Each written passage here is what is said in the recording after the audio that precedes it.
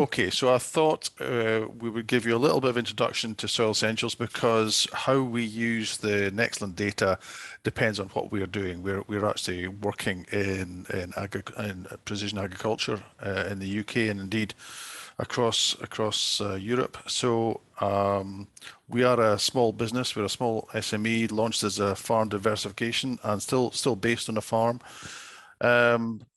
I suppose we were quite unusual in that we were incorporated, set up in the year 2000, and by 3 farmers and agronomists. Most of those people are still, to some extent, involved in the business. So we have a really firm foundation in agriculture, and we've been working in agricultural technology for 20 odd years now. So we have a pretty good idea of what we think is required and how we can best help farmers and agronomists to make money out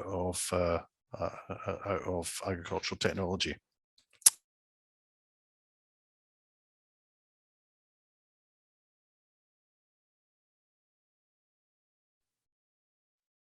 So I'm having a bit of trouble moving this on. There we go.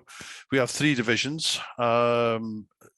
The precision agronomy division takes a lot of soil samples, looks at soil carbon in a lot of cases nowadays. We also have our own software development division, which is important because we like to build tools that we supply advice to our customers, and we expect in time that the NextLand data services will be one of those essential tools. And we also supply hardware because in order to apply the learnings from the software, from some of the models, from the irrigation models or from the carbon models, often we need hardware in the field to either apply the products or to gather the data, and that's what we're doing with the machine control side. Our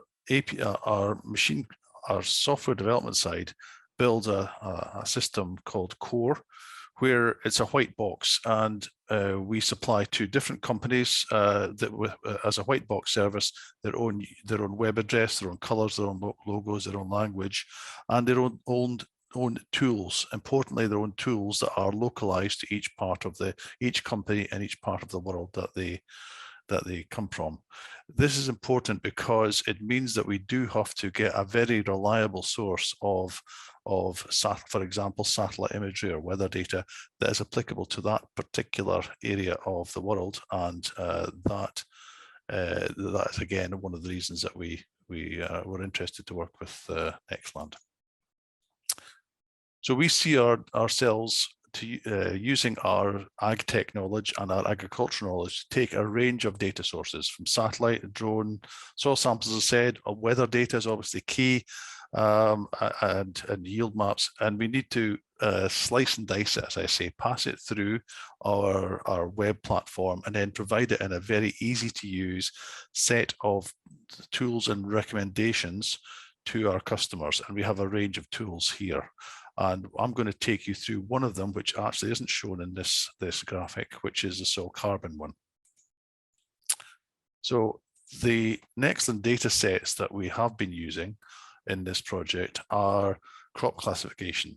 Those of you who deal with farmers know how difficult it can be to get accurate information from them. I'm a farmer. I know I'm always busy, and it's often difficult to find time to supply people that I'm working with accurate information. So one of the key things is that we as a service company try and provide a service that detects everything remotely if possible. We really don't want to go back to the farmer many times and ask him a series of questions, because it wastes his time and it makes life difficult for us. So we want to come up with an automated method for as many of these processes as possible.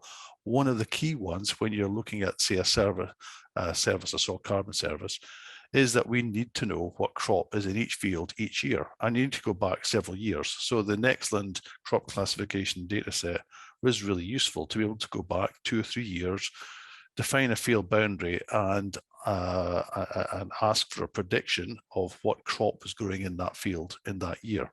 and that way you can build up a rotation of crop types across that field, across that whole rotation. Another useful feature is that you can get an estimation of the likely accuracy. So you can see in this case, these fields that were in canola, oilseed rape, were very high, detected with a high confidence. So we're pretty sure that canola is correct in that field. There are grass fields that are very well detected. If there's one that is not sure, then those are the ones that we want to be able to check. We've got to go and validate that data and find out if it makes sense.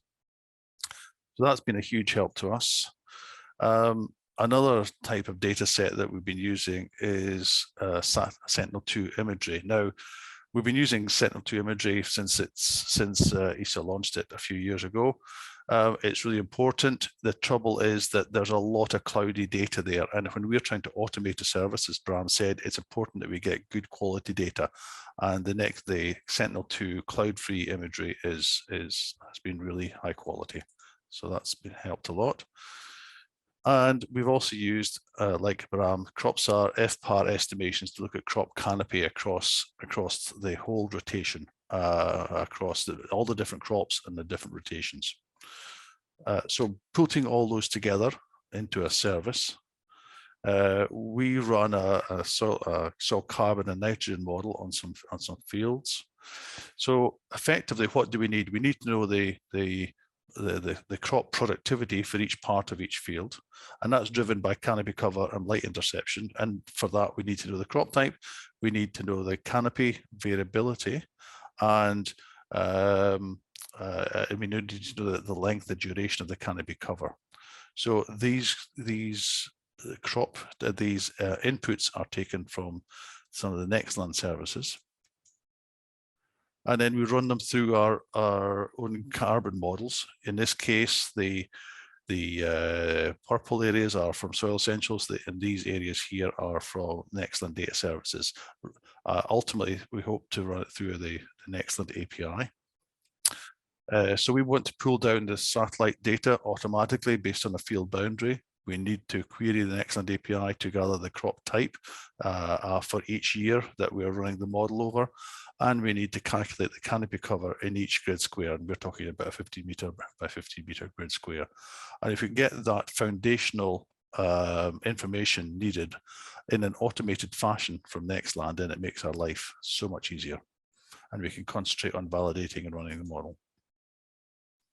And that allows us over time to over the whole rotation to calculate the total amount of dry matter produced every 15 meters across the field. We can know which crop it's coming from, and we can validate that as well by comparing that with all sorts of other data sets.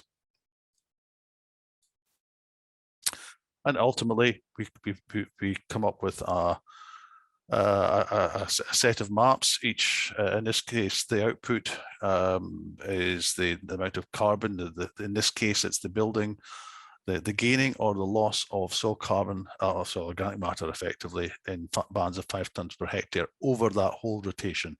And in this case, this is what our customers were looking for, and it allows us to build this in a relatively easy automated fashion, which would be very difficult without some of those tools, those crop classification tools, the cloud-free imagery and the CropSAR data sets. It would make it if we didn't have those, we'd have to almost treat each field as an individual. And finally, so what do we like? Well, we do like, I think it's important that we get to an easy and flexible API so we can automate this.